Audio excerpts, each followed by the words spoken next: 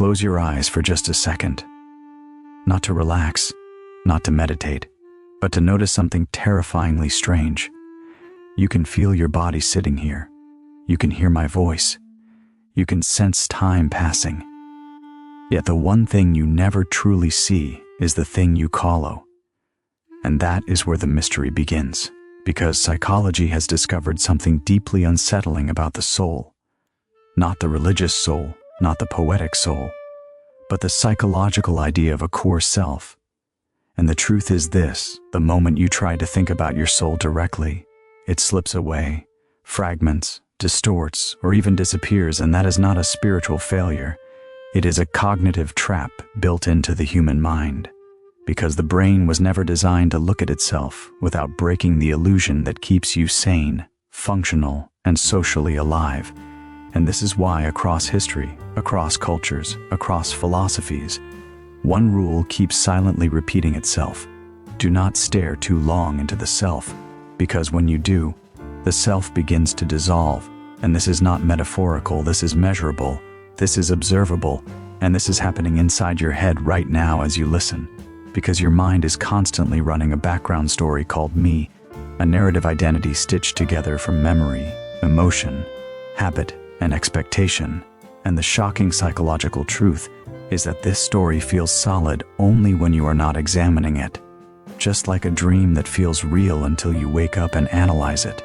And the instant you ask, what exactly is my soul? Your brain switches modes, from living to observing, from being to dissecting. And that switch alone is enough to fracture the experience of selfhood.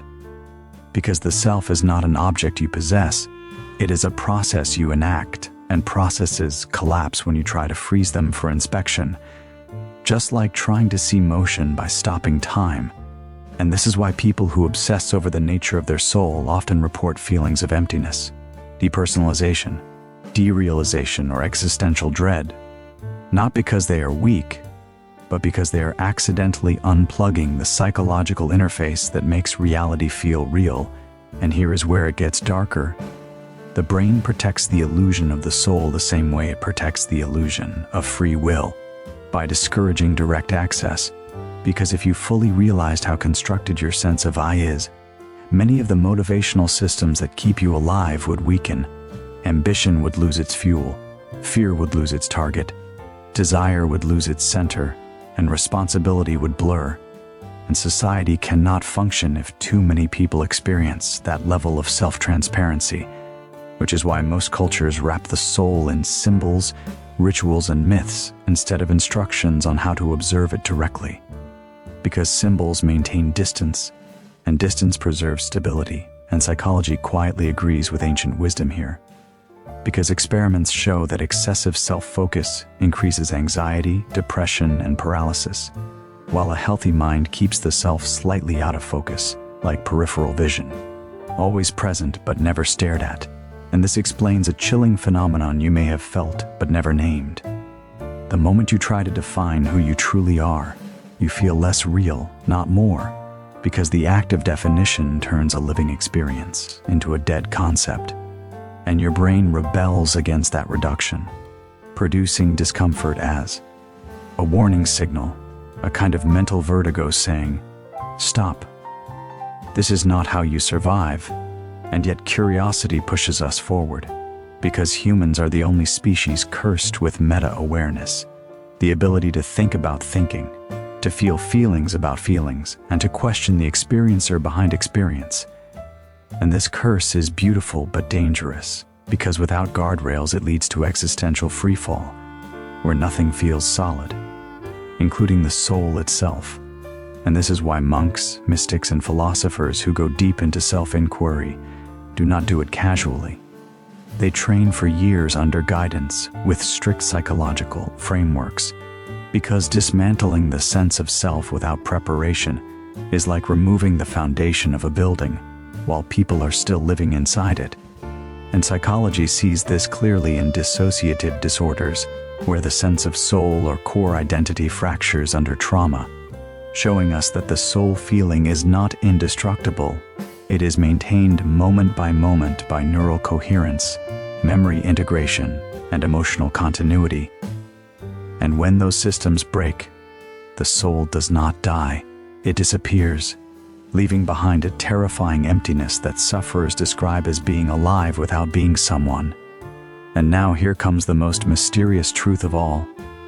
Your soul feels most real when you are not thinking about it at all, when you are absorbed in action, in love, in fear, in creation, in play, because absorption collapses self-observation, allowing the narrative self to run smoothly without interference. And this is why children feel so alive. They have a self, but they do not monitor it. And why adults lose vitality as they become hyper-aware, constantly evaluating who they are, how they appear, what they mean, turning the soul into a performance instead of a presence. And psychology calls this self-objectification, a state where you treat your or life as something to analyze rather than something to inhabit. And the cost of this is profound. Joy weakens, spontaneity dies, and the soul begins to feel like a hollow concept rather than a living force. And here is the paradox that almost no one talks about. To preserve your soul, you must not look at it too closely. The same way you cannot see darkness directly, only the absence of light. And the same way your eyes have a blind spot that your brain hides from you to keep vision coherent.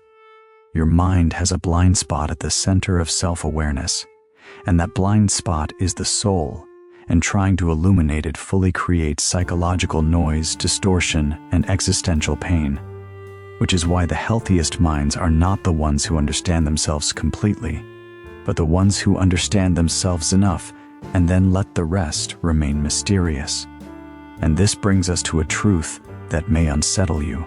The soul is not something you discover, it is something you maintain through routines, values, relationships, purpose, and embodied living. And when you stop maintaining it, when you overanalyze it, isolate it, or demand absolute clarity, it fades, not because it was never real, but because it was never meant to be held still. And neuroscience supports this by showing that the default mode network, the brain system most associated with self-referential thought, becomes overactive in rumination and underactive in flow, and mental health improves not when the self is strengthened, but when it becomes quieter, more flexible, less obsessed with its own existence. And this explains why some of the happiest people you know cannot articulate who they are in abstract terms. They live it instead. And why some of the most intellectually brilliant minds suffer deeply, trapped in endless self-questioning that erodes their sense of inner substance. And here is the final unsettling realization.